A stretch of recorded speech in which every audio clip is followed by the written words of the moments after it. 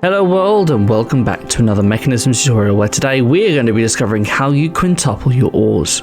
As always, if this video helps you out in any way, shape or form, please do not forget to leave a like and subscribe and ring the bell button for more tutorials in the future. So today we're going to do something a little bit different. We're going to start at the end. We want to find out our last result, and today we're going to be using tin in order to actually create this, but there are many more ores inside of Mekanism. You can actually quintuple your ores.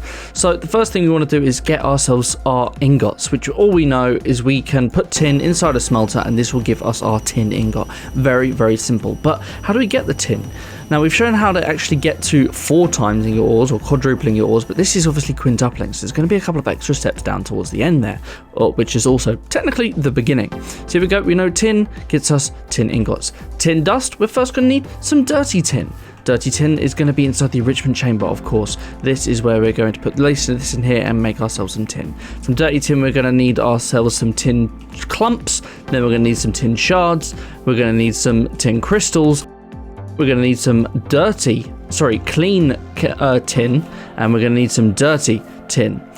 But all of this starts way back over here with our chemical dissolution chamber. This is the source of how we get to quintupling our ores. So before I show you all this stuff over here, we are going to show you how you start off with your ores. For the first thing we're going to need is the chemical dissolution chamber.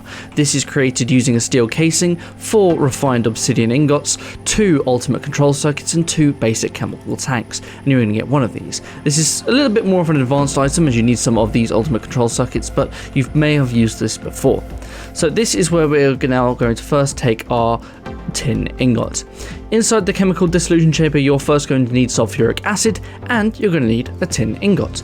This is going to make ourselves a little bit of dirty tin slurry. As you can see here, it instantly got sucked away, but now it's in here. We have some dirty tin slurry. So one little bit of tin ore is going to give you 1,000 millibuckets of dirty tin slurry. This is where we're going to go backwards a little bit here, and we're going to show you how to make some sulfuric acid.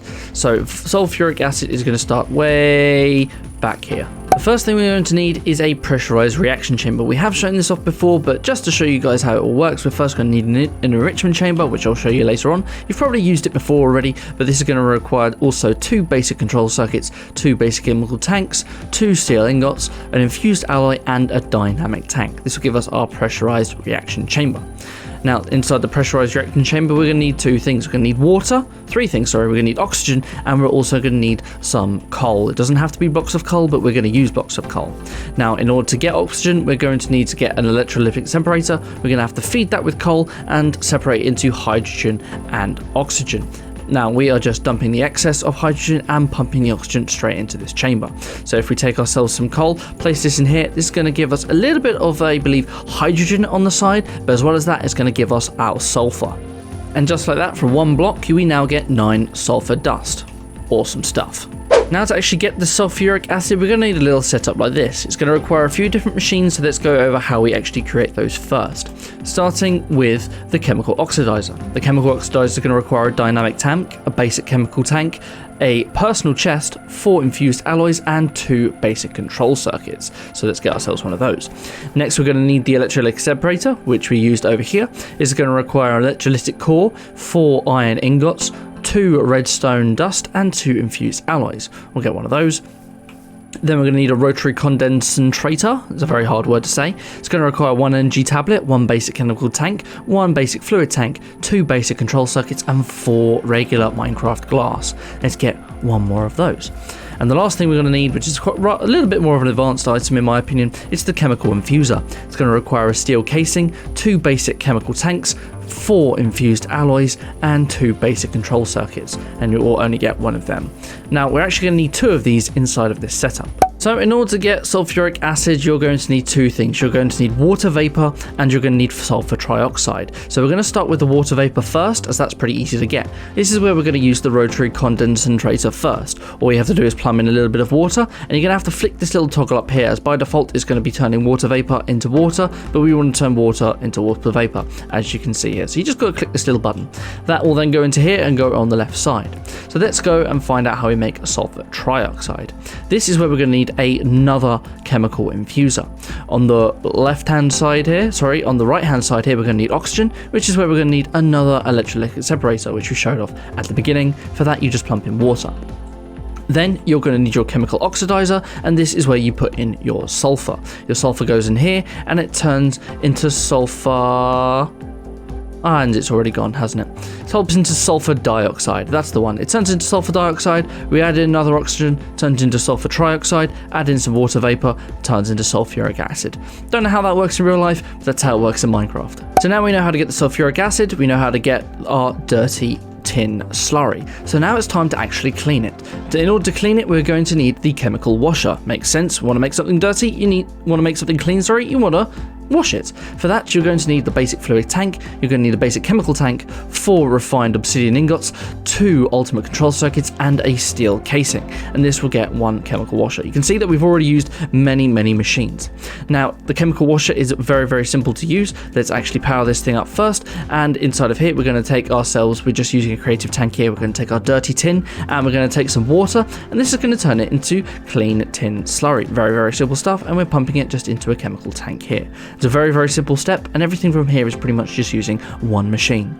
Next up, we're going to use this clean tin here in order to make ourselves some of these shards over here. Sorry, crystals. We're going to make the crystals next. For this, we're going to need the chemical crystallizer. Very much makes sense. This is a very advanced machine, as it requires 2 ultimate control circuits, 4 refined obsidian, 1 steel casing, and 2 fluorite. Fluorite you can just get simply out of the ground. Now, inside the chemical crystallizer, it doesn't really take anything except from the tin slurry itself, and it will just start doing its thing. This will eventually give us our crystals, and for every, let's have a look here, for every 200 millibuckets of this tin, we'll get 1 crystal. Very simple stuff. This is essentially where you are now seeing ourselves quintuple. As we started with 1,000 millibuckets, we are now going to get 200 from each. So for every 1,000 millibuckets, we're going to get 5 of these tin crystals you can see here. So once 1 more's done, we'll have our 5. So next, we now need to turn our crystals into shards, and we do this by using the chemical injection chamber. The chemical injection chamber is an elite tier item, and it requires an advanced tier item in order to actually create, which is the purification chamber. As well as that, we're going to need 2 gold ingots, 4 reinforced alloys, and 2 ultimate control circuits.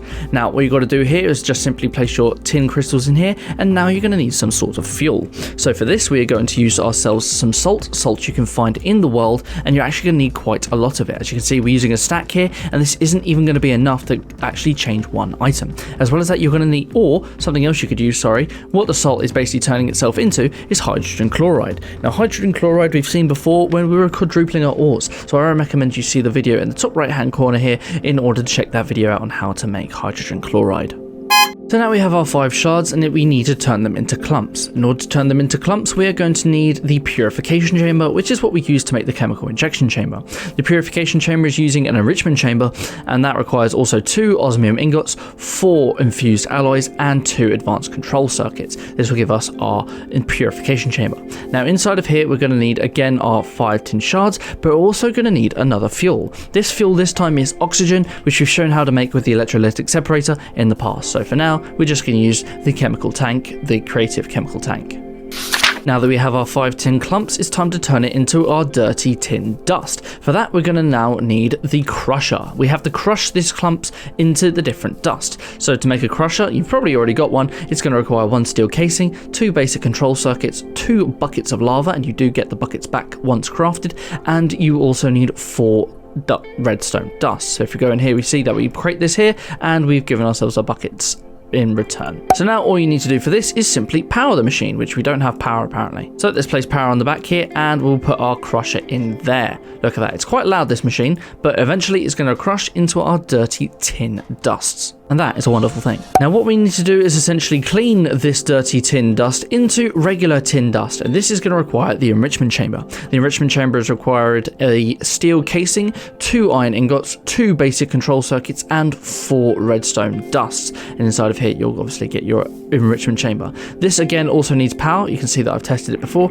and all we've got to do is place these tin dusts in here, and they will give us 5 tin dusts in total once completed. And again, that's a wonderful thing. Now this last machine I definitely know you have, and that is the energized smelter. This is going to require 1 steel casing, 2 glass, 4 redstone dust, and 2 basic control circuits, and this is essentially just an electronic furnace. As you can see, we've already tested out before. We place our 5 tin dust, and now we get our 5 tin ingots. It's quite a long process in order to get this all up, especially when you're at the advanced tier end. Making the hydrogen chloride is especially difficult, and then also making the sulfuric acid. But the hydrogen chloride is probably where you're going to spend most of your time trying to actually create, but that's not too bad. Eventually you will get there. Now unfortunately that is everything that I have to show you when it comes to quintupling your ores, but as well as that, I can no longer show you anything else to do with Mekanism. We are done. We are finished with Mekanism, and that means it's time to start a brand new mod. What it could be, nobody knows. I threw up a poll on the community tab a little time ago, so go vote there on what you want to watch next time,